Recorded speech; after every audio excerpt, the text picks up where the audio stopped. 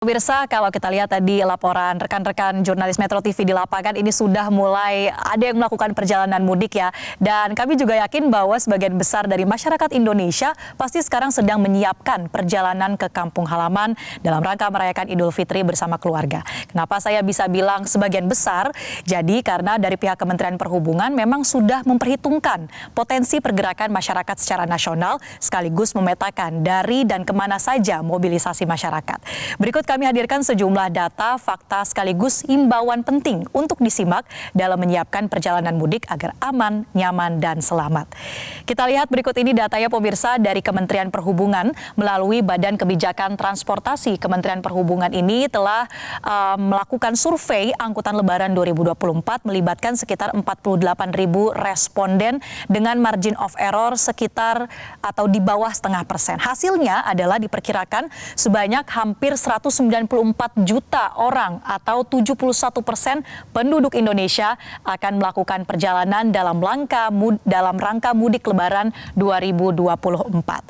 Nah, dalam periode ini ternyata juga cukup banyak begitu yang akan melakukan atau ada peningkatan jika dibandingkan dengan periode arus mudik tahun 2023 lalu.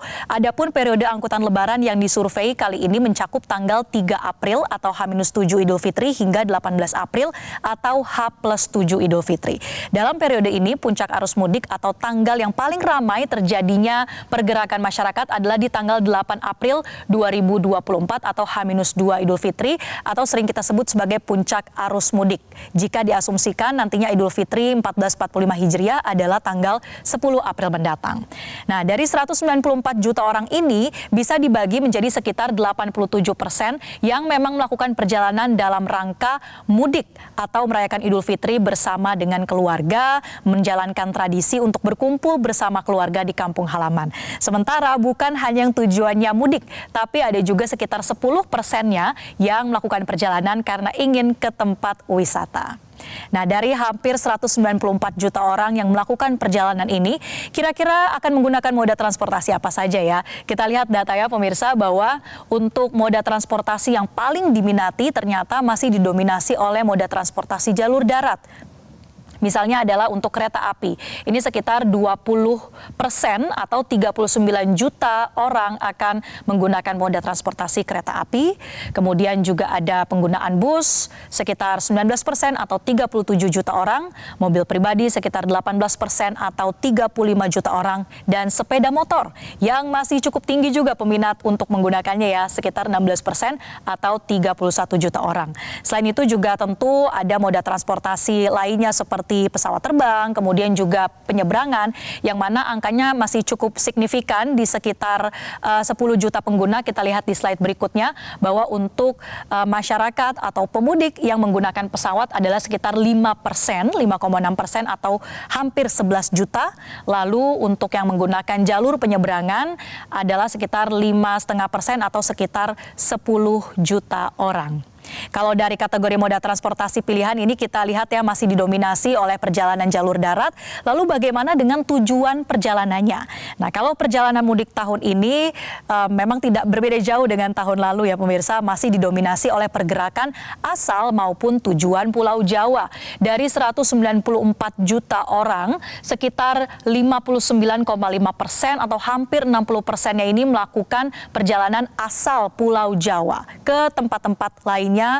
Baik itu melakukan perjalanan masih di Pulau Jawa ataupun keluar dari Pulau Jawa seperti ke Sumatera, Sulawesi, mungkin ke Bali dan sebagainya. Lalu untuk yang akan datang ke Pulau Jawa ini ada sekitar 80,2%, baik yang akan datang dari pulau lain ataupun yang melakukan memang perjalanan di dalam Pulau Jawa. Jadi kalau kita lihat untuk daerah tujuan terbanyak adalah seperti di Jawa Tengah, Jawa Timur, Jawa Barat, dan Yogyakarta serta Jakarta. Pemirsa. Nah, untuk mengantisipasi pergerakan dari hampir 194 juta orang di periode bersamaan ini, tentunya sudah ada berbagai langkah antisipasi dari pemerintah agar menghindari risiko yang fatal bagi pelaku perjalanan. Misalnya adalah untuk mengurai kepadatan di jalur tol, ini sudah disiapkan ada sebanyak 7 tol fungsional yang berpotensi bisa digunakan selama musim mudik Lebaran. 3 diantaranya dibuka untuk menunjang tol Trans Jawa dan 4 lainnya untuk menunjang tol Trans perkotaan Sumatera. Selain itu ada juga upaya pelebaran maupun perbaikan jalan tol agar dipastikan jalan tol ini aman untuk dilalui oleh kendaraan. Tentu tidak hanya fokus di tol, tapi pemerintah juga sudah melakukan pengecekan di lapangan maupun memastikan adanya kebijakan yang ditaati terutama oleh perusahaan transportasi, seperti tidak menaikkan harga tiket yang melampaui batas atas atau tarif batas atas TBA. Tujuannya tentu agar masyarakat masih bisa menjangkau tiket perjalanan dan tentunya supaya tidak merugikan konsumen. Selain kita menantikan kesiapan dari sarana dan prasarana mudik, sekarang giliran Anda untuk menyiapkan diri agar mudik berjalan dengan aman, nyaman, dan selamat. Berikut ini beberapa hal yang penting bisa Anda siapkan sejak dini. Misalnya adalah memastikan kendaraan Anda layak jalan. Tidak ada salahnya untuk dicek atau melakukan servis secara berkala sebelum Anda melakukan perjalanan, terutama yang ingin memakai kendaraan pribadi. Lalu pastikan juga sebelum berangkat, jangan lupa isi saldo uang elektronik sesuai dengan kebutuhan dan isi bahan bakar minyak atau listrik kendaraan Anda agar bisa menghindari antrean di rest area. Selain itu pemirsa, pastikan juga Anda menjaga kondisi fisik yang prima, cukupi istirahat dan kebutuhan asupan gizi meskipun saat ini sedang berpuasa. Kemudian selama perjalanan, jangan lupa patuhi rambu lalu lintas dan arahan dari petugas di lapangan supaya berjalan dengan tertib untuk perjalanan Anda.